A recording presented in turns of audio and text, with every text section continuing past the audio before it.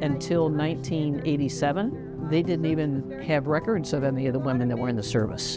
And I thought that's outrageous, but it's wonderful that they've got this together now for the women. It was impressive to see what the prior women had done that weren't even really recognized as being in the military and the things that they accomplished. It was a great honor and very humbling. The females, they gave me a big hug because female to female, it was nice.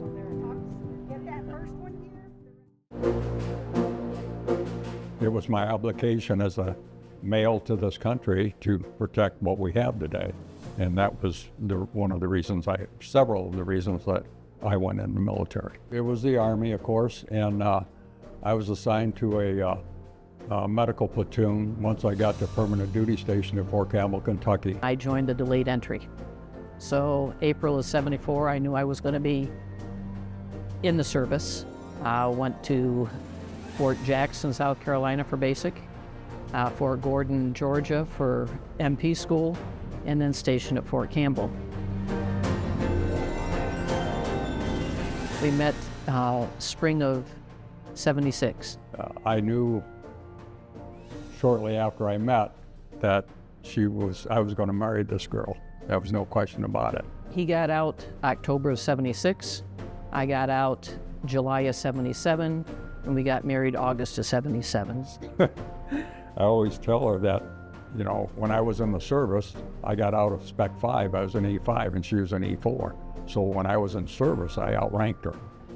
But after we got married, she's been outranking me for 48 years.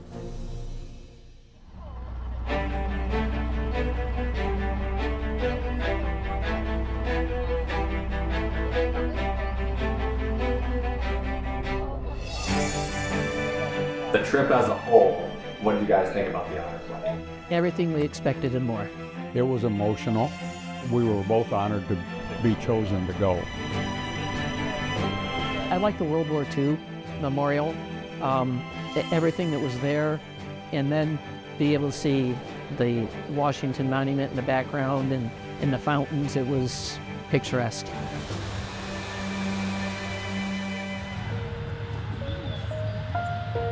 The Vietnam Wall for me was emotional.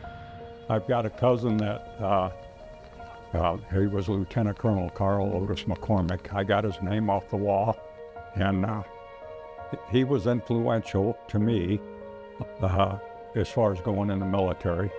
My father was in World War II. He was stationed at Fairbanks, Alaska. That was another reason I went. And then it was my obligation as a male to this country to protect what we have today. I had a friend that passed 4 years ago, and he went to Vietnam, and I thought, he was a Marine, and I thought, well, you know, I didn't go, and so my service didn't count. And she said, it does count, because without support people to help those people that did go, they wouldn't have been able to function without the people back here in the United States. You join the service, and you are there to go wherever you're told to go. We just weren't told to go. We stayed on post, and somebody's got to protect our land. I guess that was our job. Everybody should go on the honor flight and not feel that they don't deserve it. Sure. Everybody should go, because it's a memory they'll cherish for the rest of their lives. The honor flight, it was unbelievable that all these people standing and clapping. It was a trip of a lifetime. It really was.